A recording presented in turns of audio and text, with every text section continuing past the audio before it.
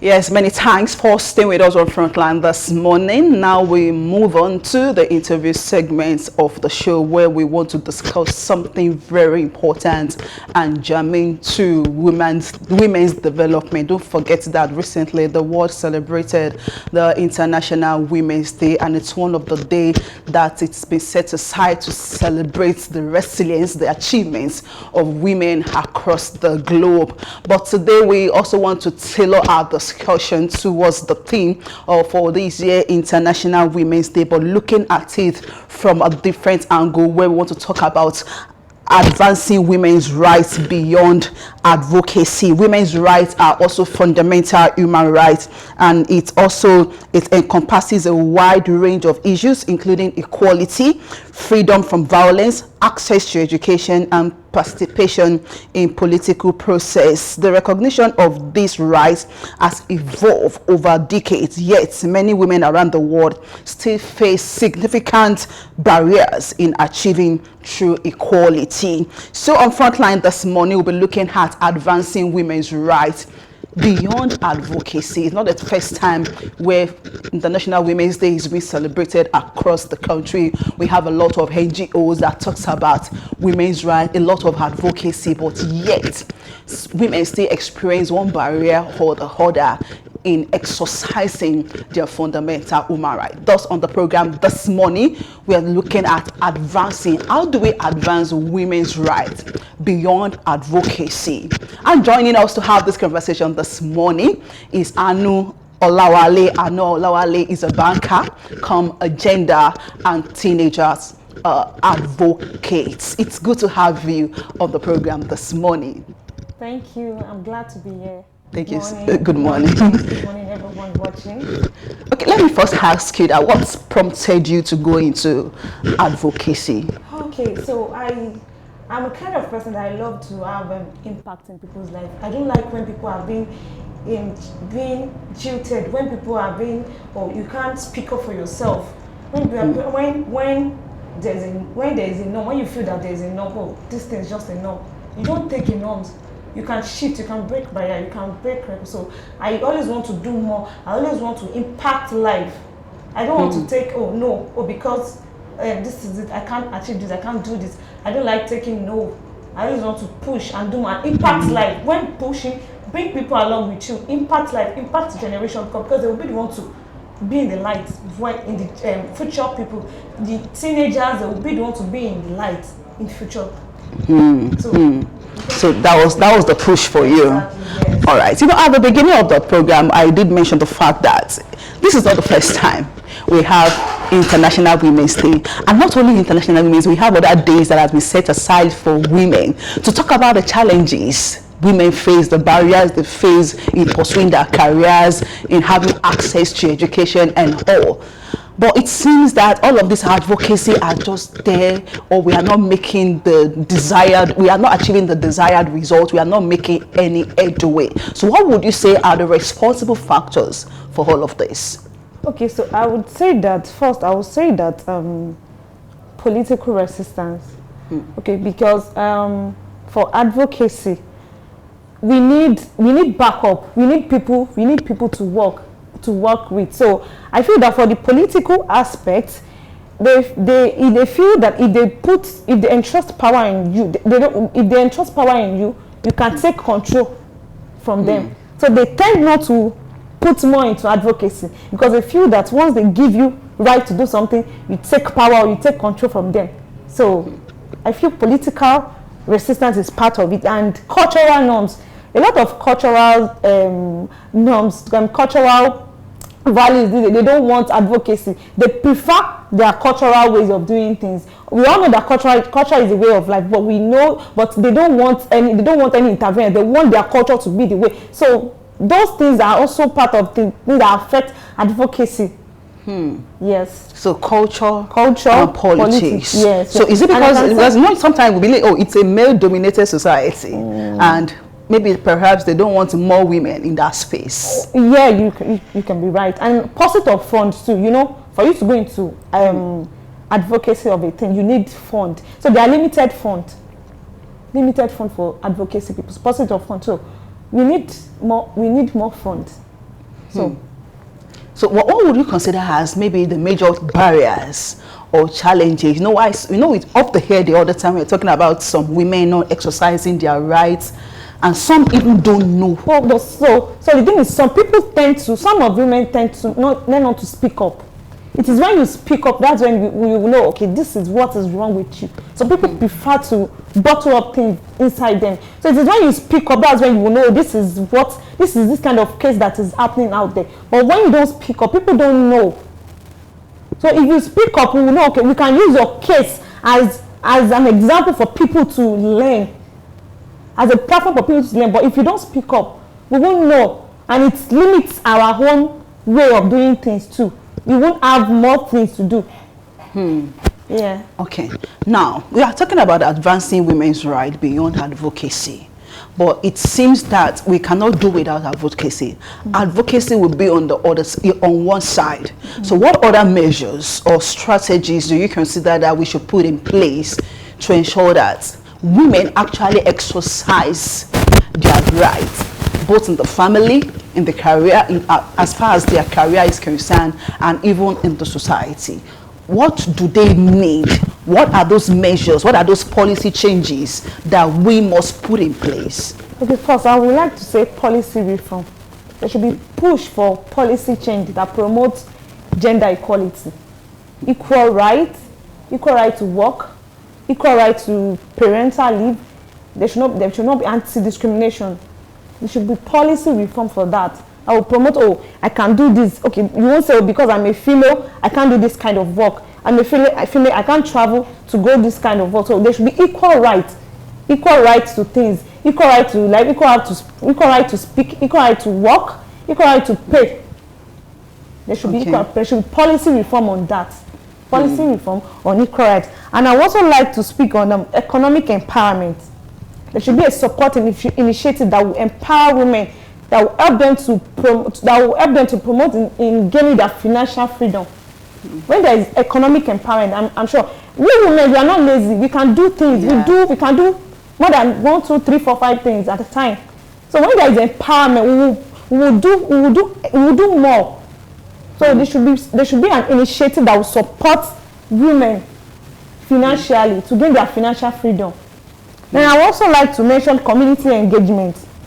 They should foster partnership with like a community leader. You know, each village or consider their own community. So they should foster partnership. There should be a fostering partnership between community leader and influencer to promote equal rights, to promote women's rights. I mean, from the grassroots level. It starts from me. It starts from you. Exactly. When you say this thing is going to start from me, then we are the community. So once this thing starts from me, and it starts from you, I know that, okay, this is what I'm supposed. This is my right. This is what I'm supposed to do. There should be community engagement whereby everybody can relate to one another and say, oh, this is what I'm going through at the community level. I don't know if I understand your point. So there should be community engagement, and last one, there should be amplifying women's voice. Like a platform where women can come out and share their stories, where women can come out and share their struggles, where women can come out and share their success, where women can come out and share a lot of things, and their voice will be heard. So there should be. So I make mention of policy reform, I make mention of economic empowerment, I make mention of community engagement, and I make mention of amplifying women's voice. I think we can't run away from the fact that we are running a male-dominated society. We have a male-dominated society. Right. Now, let's come back to career. You know, some women want to pursue career, like achieving a lot career-wise. But sometimes at that boardroom, at the top, at that management level, it seems that everything is still dominated by the men.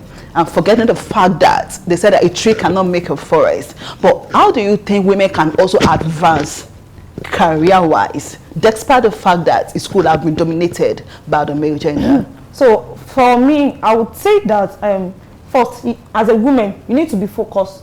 You need to have your own plan. Be focused that this is what I want to do. I know nothing can stop you.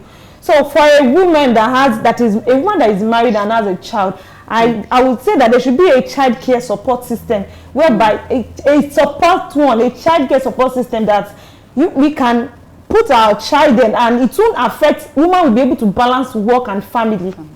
And for a young child, a young lady like me, and you know you want to pursue your career, you have this thing that you want to do, be focused.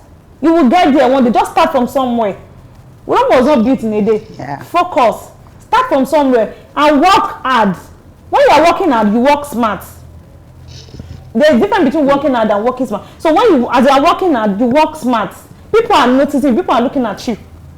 I tell my colleagues at work, what is worth doing is worth doing well. Do right. People are watching you.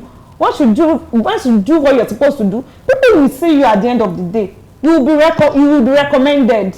We thank God that the status quo is changing. We now have MD, female MD, Madam MC, shout out to you. I love you so much. You inspire me so much. That's FCMB MD. Okay. Shout out to you, ma.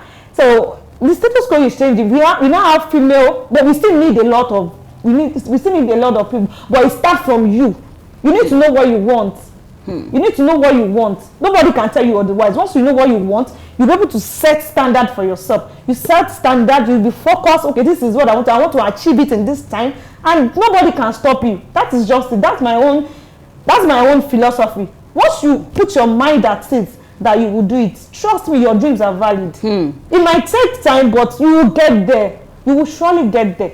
You know, I was listening to Pastor Awoshika. I can't remember Awoshika. CEO, First Bank of Nigeria. I was listening to her. Well done, ma. I was watching all of her video yesterday while preparing for this program, and she mentioned something that struck a chord in me, that if you get to any position, higher position in life as a woman, you get to that position because you are who you are. Not because you are a woman. Yes. But you know, as time goes on, we women tend to, like, there is a gene in us, there is a trait in us that still wants to say that, don't you know I am a woman? And we want to talk about it as, okay, it's a gender thing.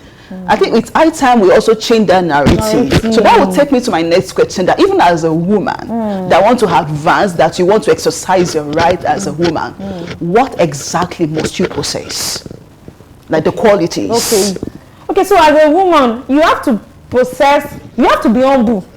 You have to be humble. Your humility has to be, because as you want to be at the top position, you will first be a follower before you can be a leader. Before you can be a leader, you first be a follower. A leader lead. You show example. So you have to be humble. First thing, you have to be humble. You need to be humble in all aspects. Okay, you can imagine someone that has not even gotten to a higher position. You're having shoulder pad. You're having shoulder pad. How do you want people to recommend you? You need a right attitude, because it is people that will recommend you for that post. Okay, let's say we pray. The Bible even said work and pray. So you need to put in the work. You put in the work, then you pray. So part of your work is to work on your own attitude. Have the right attitude. It is when you have the attitude, that's when you can pursue a lot of things. Attitude goes a long way. Attitude is 100% if you calculate it. Attitude, it is 100% when you calculate it. Hey is 1. See, when you calculate it, attitude, it is 100%. So you need to have a right attitude if you want to go far in life. Have the right attitude. So when you have the right attitude, then everything will fall in places. Have the right attitude, then work towards it, then pray, because we can't take prayer away from it. I would always, my standard, my standard is the Bible. So you can't take prayer away from it, but you do the work, because the Bible said work and pray, work first. Do the work. Let God see that there is no food for the lazy one. Exactly. So let God see that, oh, this girl has done a lot of things, then I'm going to crown your effort, but do the work. Don't sit and be saying, oh, God is going to come and, no, it doesn't work like that. Have the right attitude, do the work, do what you're supposed to do at the right time. Don't engage in eye service, because there are a lot of eye service these days in industries. Oh, because I want to show up so that they can see me that I'm working. No, it doesn't work. It doesn't work anymore. Eye service does not pay, because you won't be able to keep up to that attitude. It will come to a time where you'll be like, I'm there, I can't keep up with this, and it's going to cost you. So you need to have the right attitude. Eye service will not pay you. even if you say, okay, as a woman, you want to use your body to get up, at the point in time, you won't get, the person that is helping you will get tired of you and move to the next person. So have the right attitude. Attitude, like I said, it is 100%. It's going to take you far. Have the right attitude. For me, have the right attitude, then everything will fall in place. Have the right attitude, be humble. Do what you're supposed to do. Do your work. Don't engage in back and front. Have the right attitude. Do your work. Work very well. Work smart, like I said. Work smart and work. That's my philosophy. That's my slogan at work. Work smart. You don't work hard. When you're working hard, you work smart. It is the smartness in you that people will see that, oh, she can do this. She can do that. And they will recommend you. They will give you the job. They will give you the promotion that you need. They will give you the position that they will give you the platform. Okay, you mentioned something at the beginning. And when I asked that, what are those barriers? And you mentioned policies. Now, what policies do you think should be implemented? And who have to implement this policy for women's rights not to be truncated? No, I didn't get that question. Policies. You mentioned policies, that some policies should be changed or maybe should be implemented. Maybe should have new policies that will favor women at any aspect of the society. So what policies do you think we should implement, or what policies do you think we should change, or what exactly do you think we should change for all of this to work out for women? Like I said, I mentioned the policies of equal pay and equal work. They should implement policies on equal pay and equal work, so that life will be better. Not that I'll be doing the same work, and you say because I'm a woman, you will not pay me as the other person. Okay. They should work on the policy of equal pay and equal work. And they should work on the policy of inheritance and property. There's some part of this world that, okay, you can't, as a woman, you can't own a property, you can't own a land. They should work on that. They should implement policy that, okay, women can have rights to their own, they can have right of ownership, they can have their own land, they can have their own property, they can have their own car without any disruption. And I also policy on social protection. Social protection, a lot of cases of rape and things that are not even supposed to be had. There should be social protection, laws of on policy on social protection for women. We need it. And financial inclusion too.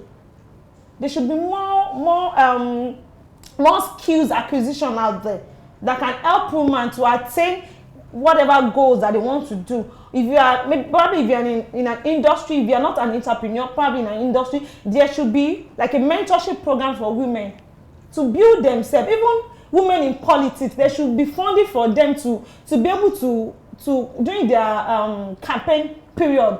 We know that they fund campaign in politics now, so there should be more funds pumped into women politics too. I mean, everybody should, we can, so that when I want to go, okay, I think I would like to go into politics. I want to be a minister of finance. Maybe someday. I'm from Kogi State, so from Kogi people, if you are watching, watch out, your girl is coming. So, I mean, there should be a lot of funds pumped into campaign, so that women will be able to, okay, like I said, I might actually go into politics. So when I wake up and say I want to go into politics and I don't have enough, there should be an initiative that can go to that will be able to support my goals, my dream of becoming a minister of finance.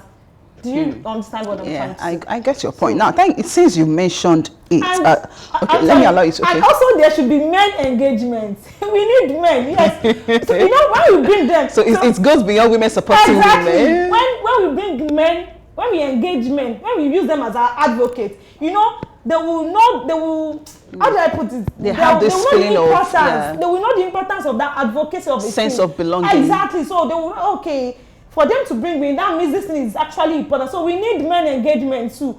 We need them. Let's bring them in so that they can push forward, they can push for us. So we need men engagement as well. All right, thank you. Since you mentioned the part that I wanted to talk about, and that is how to address some deep-rooted culture and social and also economic factors that often hinder real progress on women's rights, especially some communities where these norms are deeply rooted. We talked about this culture. There are some people that, as much as we are talking about changes, policies, implementation, culture has been one of the hindrances, particularly to women's progress. So how do we address issues around culture, particularly when they are deep-rooted into it? Okay, so first, we all know that culture is a way of life. We can only try. I'm not sure we can take it totally. But like I said, we still need, okay, for us to change the mentality of we still need more. We need more advocacy initiative around. If advocacy initiative can be employed to all these local villages, I mean, at the grassroots level, if you can employ them and bombard them with, okay, with this advocacy of a thing, they won't have a choice, because this advocacy of a thing, once we have a lot of them around the local villages, I mean, they will also adjust, because they know that people are watching them. And the advocacy of a thing, the policy, I mean, you know, it is one thing when advocacy, when you are a violator of an advocacy, it is one thing when it is one thing, and it's another thing when you are being charged and there is law enforcement. You know, I mean, Nigerian system, I'm sorry, maybe if I'm wrong, Nigerian system are not the enforcement is weak. Yeah, I don't know, I'm sorry if I'm wrong. So the enforcement is weak. We can always go AY and cut corners. Exactly. So if there is strong enforcement that, okay, they will sit tight, they will know that, okay, people are around me. I have advocacy people around me. Once they misbehave, they are how do I put it?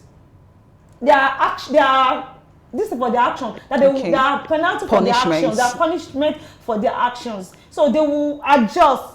They will adjust to it. So for the cultural people, we need more advocacy initiative to be pumped into those local villages, so that they will adjust. You mentioned fund as one of the challenge. Yes, there's paucity of fund. Paucity of fund. Yes. So how do we address that, and who should be people that should pump money into advocacy? Okay, so we can actually, like I said, we can actually, government can actually do that. And if there is international collaboration, they can fund. They can fund. They can also fund.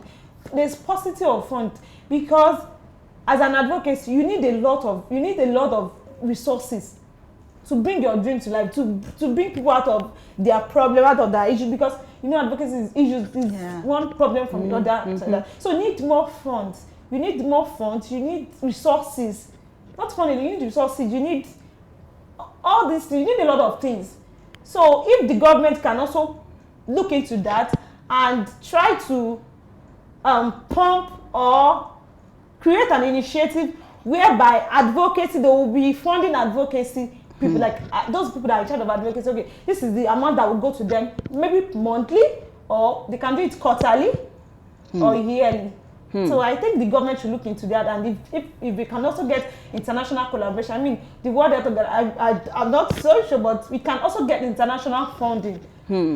So how do we build that community, or how do we build that community relationship, or let me say culture, that we see advancement of women's rights as a collective responsibility and not the work of an advocate or not the work of some stakeholders, that this advancement in women's rights is your duty, is my duty, is a collective responsibility of everybody? It is when how do we achieve that? Okay, so like you said, every individual has to know that it is my responsibility. It is, once you know that it starts from me, this thing starts from me, then from you, then from other person. Once you know that it is your thing, it's not that the government has to do it, has to start from you. Even if the government is going to assist or do something, they need to see evidence. They need to see that, oh, these people have even gone too far. So it starts from me, it starts from you. You need to have the right, you need to do the right, we need to do the right thing, we need to have the right attitude to it too. So it starts from individual. We need to know, okay, this is my work too. This is my thing. If it's a little bit that you can do, if you have something that you can do to assist someone, you can do it. If you have someone that you can push to do better, you can push the person to do better. If you have someone that is going a negative way, you can find a way to talk to the person. Or if you can't talk to the person, look for someone, look for a guidance, look for a counselor that you can take the person to. I mean, we never can tell. Sure. Your help might go a long way. So it starts from me, it starts from you. Even if it's job opportunity, if you have an opening in your organization, I do that. I'll just call my boss, please, I have so person, can I get an opening for this person for IT, for internship? So it's a little thing that you can, it's a little thing that goes a long way. So once you feel that, it doesn't have to be a big thing. That your little things that you are doing, that your little help that you are rendering to that person, it goes, even if it is just 500 naira that somebody needs, and you feel that, oh, you have this thing, you have more than that, you can do it. It goes a long way. So it's my responsibility, it is your responsibility, it is everybody's responsibility. Okay, now you as a teenage spokesperson and an advocate, what are you doing in your corner to ensure that our girl child do not also grow up to know that women's rights are sometimes being infringed on? Okay, so we try to talk to them, we try to engage them, we try to give them life, example, show them example, let them know that, okay, they have their own voice. Speak out when you're supposed to speak out. If something is happening to you. Okay, so I'm sorry if you are watching this program. One of my girls, she actually chatted me on Instagram and said, oh, something happened between me and my mom. I'm sorry, I just have to use it as an example. So if you are watching, it's fine. If you are watching, so if she's watching. So she told me that my mom did this because okay, she's not supposed to do that thing. She's not supposed to go somewhere. She went there. And the mom said that, oh, okay, you went there, you didn't even inform me, and you're still lying. Do you understand? So she was, they are in this stage that they are mental health. Once they are, she said, and I just feel that it's a normal thing. I don't want to tell her because freedom. You understand. So I just said that first thing, your mom does not hate you. That's just it. Yeah, you are coming to me because you can confide in me, because I'm your coach. I can talk to you, and that's why you came to me. First thing, your mom is not angry with you. Your mom is just trying to correct you. She's putting you on the right spot. Please know that and know peace. Okay, so next time when you do something, tell your mom, this is what I did. The least thing she could do is just punish you. And even if she punishes you, she will know that you are telling, you told her the truth. She was even saying that, I'm not going to tell my mom anything. No, you won't do that.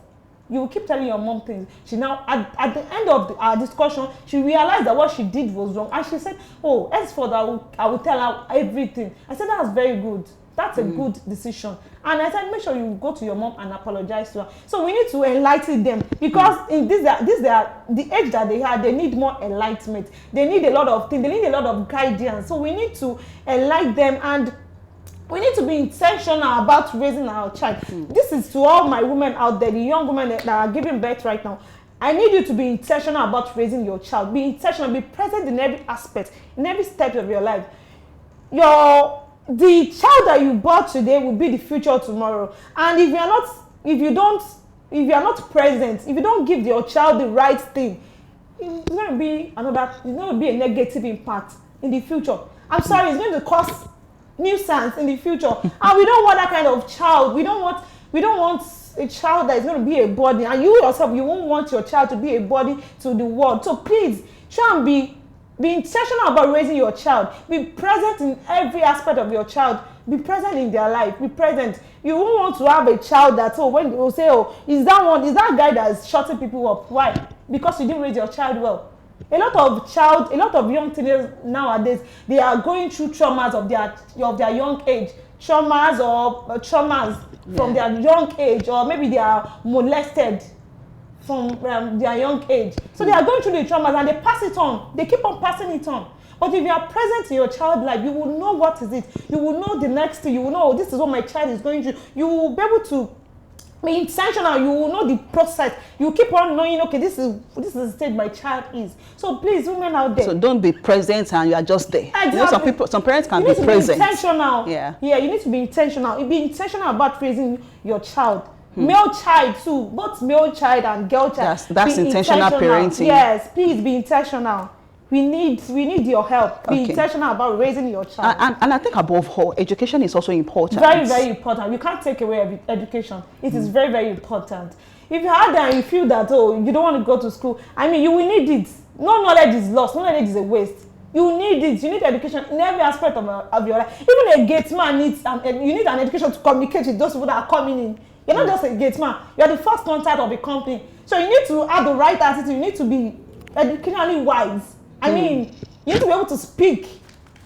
So what should be the next step for gender advocates and organizations who are committed to turning advocacy into concrete action for advancing women's rights moving forward? We've talked about the challenges, the barriers, and all. So what should be the next step moving forward in making sure that women actually advance exercising their rights? Okay, so, first, like, I would say that if you have women in leadership, we need more women in leadership. We have them, but we need more people that can speak for us. The gap is wide. The gap is wide, yes. So we need more people. We need more women in leadership that can help us, that can speak for us. So we need more women in leadership. And we also need the government too, to help us. We need government. Like I said, the fund, even the advocacy of people, they need resources. Like I've said earlier, they need resources to do something. So we need the government help, and there should be a collaboration between government and the private sector. Whereby, you know, there are some industries where they don't have access to some things, and there's a collaboration between the government and a private organization. If they don't have, they can always, when there is networking between them, they can always find a way to put things up, to do things together. There should be a collaboration. And I hope that we can also get international funding to work things out. I mean, when we have all these things, I feel that things will change. Sure. And enforcement of law, please. Policy reforms, please, government, we need you. Thank you. So from our mouths to their ears. Yes, thank you so much. Thank you. Before I let you go, just a word of advice for women, teenagers, and everyone who is watching us, so that they will know that they have a right, and that right is fundamental. Okay. So, if you're a teenager out there, I mean, male, female, women. So my message is actually going to women. I need you to be yourself. You can be whatever you want to be. Your dreams are valid. Please know that. Nobody can take that away from you. Your dreams are valid. You can be what you want to be. You just have to be focused, have the right attitude, and also pray. Be focused. Emphasis on prayer. Exactly. Be focused, have the right attitude, and also please pray. When you are focused, if you have your plan, you actually fall into good places. So when you are focused, be focused, have the right attitude, then pray. So, and I feel that once you have all these, things will fall in better places. Yeah. And for the women out there, I see you, I love you, I celebrate you, keep breaking barriers, keep being who you are. Yeah. I celebrate you so much, and I want to use this medium to even say Happy International Women's Day. I love you and I celebrate you. Thank you so much, Miss Anuolawale, for this wonderful time on the program this morning. We quite appreciate it. Thank you so much. Thank you so much. My pleasure. Yeah, women's rights are crucial and they are very important. So if you are pushing for it, you are pushing for something that's going to be useful for the next generation to come. Just like as they say that when you raise a woman, when you train a woman, we are empowering the world. So that is it. So that rights should be respected and their rights should also be honored as well. So that's much to take on the program this morning. Once again, I want to say a very big thank you to Ms. Anuolawale for coming on the show this morning. Thank you. You're welcome. It's my pleasure. All right, to our viewers out there, I want to say many thanks for being part of the show this morning. Until we come to your view again tomorrow morning, my name is Temitope Oladipo. Do enjoy the rest of your day, and it's goodbye for now.